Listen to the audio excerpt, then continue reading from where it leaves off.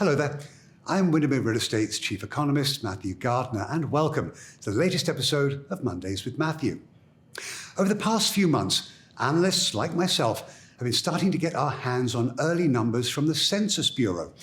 And although we won't get the bulk of the data for another several months, I thought it would be interesting to take a quick look at some of the information that the government has put out, specifically as it relates to migration patterns.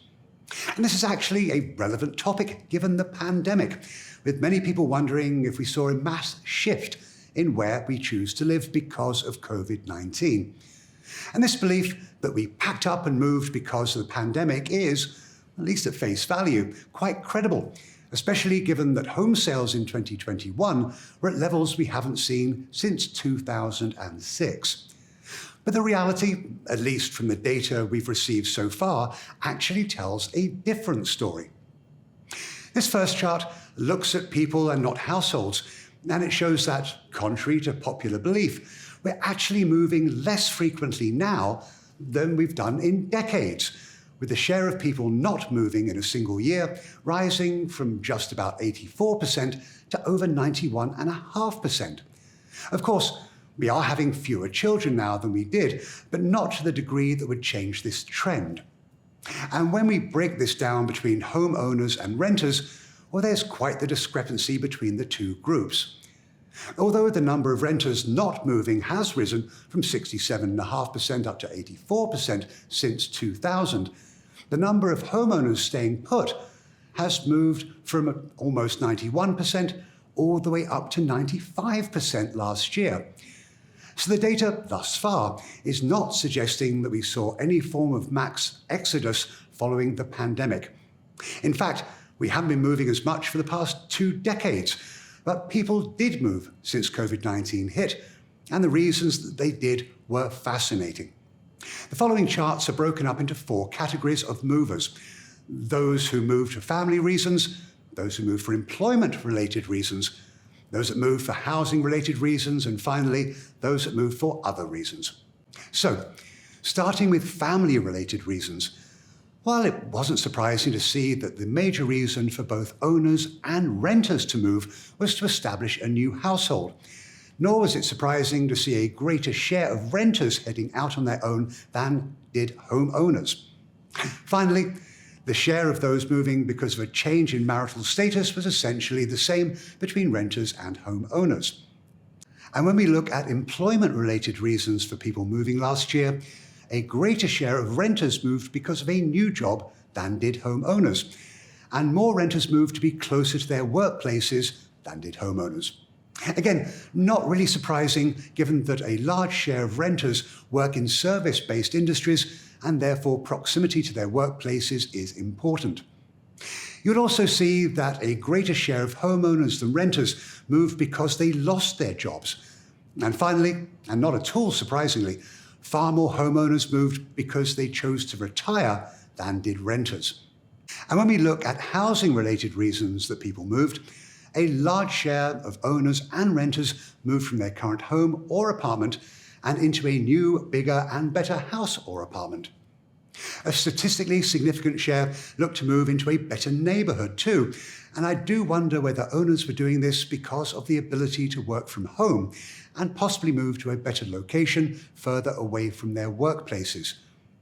And even though renters tend to stay closer to their workplaces, I do wonder whether these renters weren't in white-collar industries and that the ability also to work from home has led them to move into an area that they perceive to be better suited to them. And a statistically significant share of renters moved because of the fact that rents have been skyrocketing over the past 18 months or so, and this clearly impacted some homeowners too. And under the other category, more renters than owners moved because they were either entering or exiting a relationship with a domestic partner, and more renters left to either go to college or because they had completed their degrees. Health-related reasons for moving had a significant impact on homeowners over renters. I found it particularly interesting to see a lot of owners saying that climate was the reason for their move. Of course, I can only hypothesize as to whether people are simply looking to move to a warmer climate or whether climate change is starting to have an increasingly large influence on where we choose to live. My gut tells me that climate change is becoming a far more important consideration for homeowners, although we can't deny that a lot of people, specifically on the East Coast, moved south during the pandemic. These next few charts break down movers not just by whether they are owners or renters, but also by ethnicity.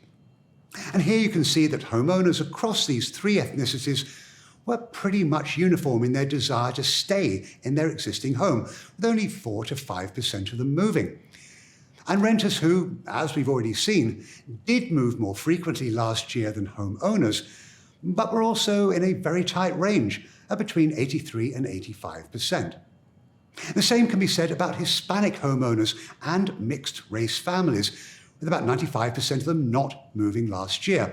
Now, this is modestly lower than white, black, or Asian households, but the difference is very marginal. And as for renters, between 83 and almost 88% of them within these three ethnicities moved last year. But you will see that a bigger share of Hispanic renters stayed put, as opposed to all the other ethnicities shown. Looking closer now at those who did move, even though fewer Asian households moved when compared to all other ethnicities, far more left the state than stayed. And the same was true for Asian renters, with over a quarter of them moving out of state. Again, a greater share of the Hispanic homeowners who did move last year stayed in the state where their old house was, and the share of mixed households was roughly at average across all ethnicities. And the share of Hispanic and mixed-race renters who stayed in state was also about average.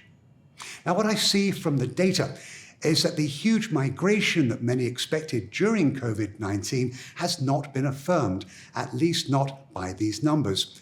Now, that said, we are sure to see numerous revisions because of the issues that COVID-19 posed on census takers. So we will get a different story as updates are released. Now, what I found very interesting was the massive increase in renters moving in with their significant others.